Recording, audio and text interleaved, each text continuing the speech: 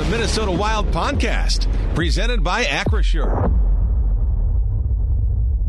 That's good. At least it's not snowing. Yeah, no snow. Is not going to travel? No. Brodeen neither, right? Correct. Second line last night, did not perform well. I think Yurov was outshot 21-0 attempt-wise in his even strength minutes. Johansson, Boldy, similar numbers. Can you come back with that, or will you have to look at that with Noack?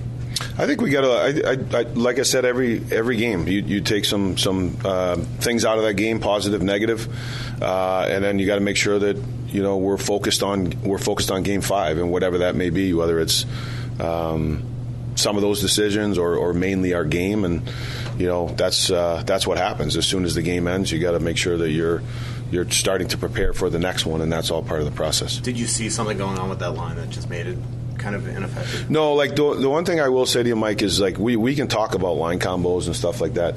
We got out-competed last night. Like Game 3, we out-competed them. We were the harder team, won more puck battles. Last night, they were the harder team. They were more competitive in the hard areas of the ice. They won more puck battles. So to me, that some of the lines get outplayed, yes, but they get outplayed for those reasons, just as in Game 3, those same lines and same groups outcompeted the other guys. So to me, after a game like that, what I assess, it's not so much the combinations, it's the mindset and the willingness to play as hard as you need to play to be able to get a win tomorrow. And we didn't have that last night. And to me, it wasn't the line combinations. Yeah, why do you think it's a hard game to play, obviously, to get puck deep, have to go get it back, create your offensive forechecks. It's hard to win, and you have to be willing to do the things that winning requires. Yeah. Right? It's 10 days into a series.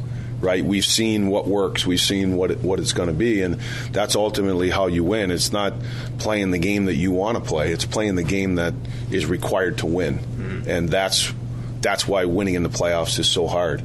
So, do you have to talk to your skilled guys, because they were the ones that were kind of probably making those egregious east-west plays last night? I mean, or do you think they're smart enough to just realize, like on the power play last night, they. On the entries, Boldy 3 different times tried to skate it in and disrupted, turn the other way, and it just seemed like they weren't willing to get that puck deep and go to town. Yeah, I mean, I look at it now as, Colorado had some adversity after Game 3, right? They responded. So how are we going to respond? That's really what it comes down to. They responded very well. Now the adversity is back on us, right? It's like a volley. So it's about how we're going to respond. How do you view those shifts after a goal, especially when you score, right? So you scored the first goal last night. I don't think you had another shot for 20-something minutes, or it was, maybe I'm wrong on that, but it wasn't a lot. And then you score the second goal, and they come at you with 3 terrific shifts right in your face. So for you guys, is that a mindset? Score a goal, use the momentum. Is that part of what you're talking about here? Yeah, I mean, I think even in the last couple of games, they would score and we would score the next shift, right? Yeah. So it's always, I think that's just how the game played out last night. It's not necessarily they could. So all the time, coaches always say the shift after a goal is huge, right? Especially if you give it up, you got to come back strong, and you guys have done that. But they're going to come back strong. So is that something that you have to re-emphasize? Hey, if we score, let's take this. We got to use this momentum. We got to do the simple things again. Can't get satisfied. Yeah, it's always a focal point, for us. But, at the end of the day, last night, we can talk about all the different scenarios. They were better than us. They played harder than us. They played more consistent than us. And they responded to a game that they didn't like in Game 3, and they came out with a really good game in Game 4. So it's our job to come out and bring our best in Game 5. You mentioned the other game about how your top players are so competitive. They're like drivers in your team, right? How much can those guys, whether it's Boldy or Kaprizov's, set a tone for the rest of the group, or playing that hard game that you have to play?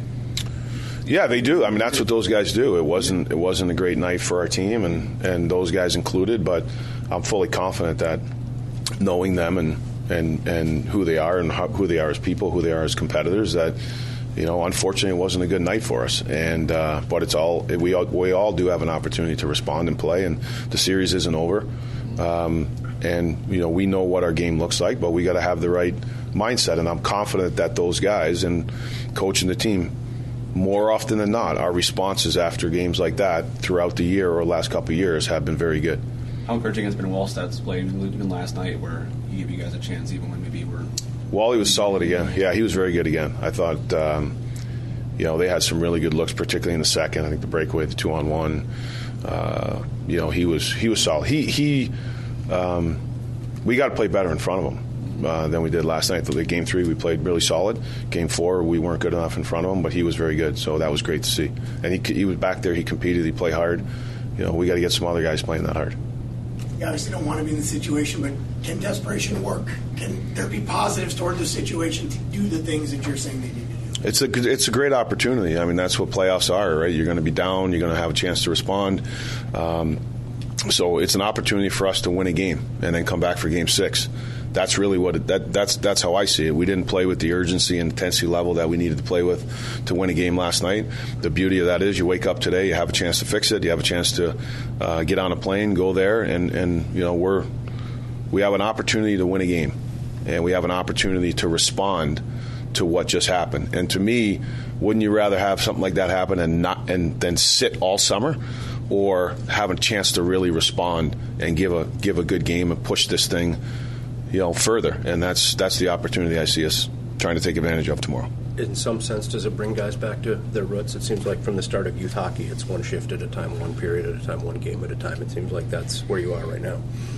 Yeah, that's how we've been, really all playoffs.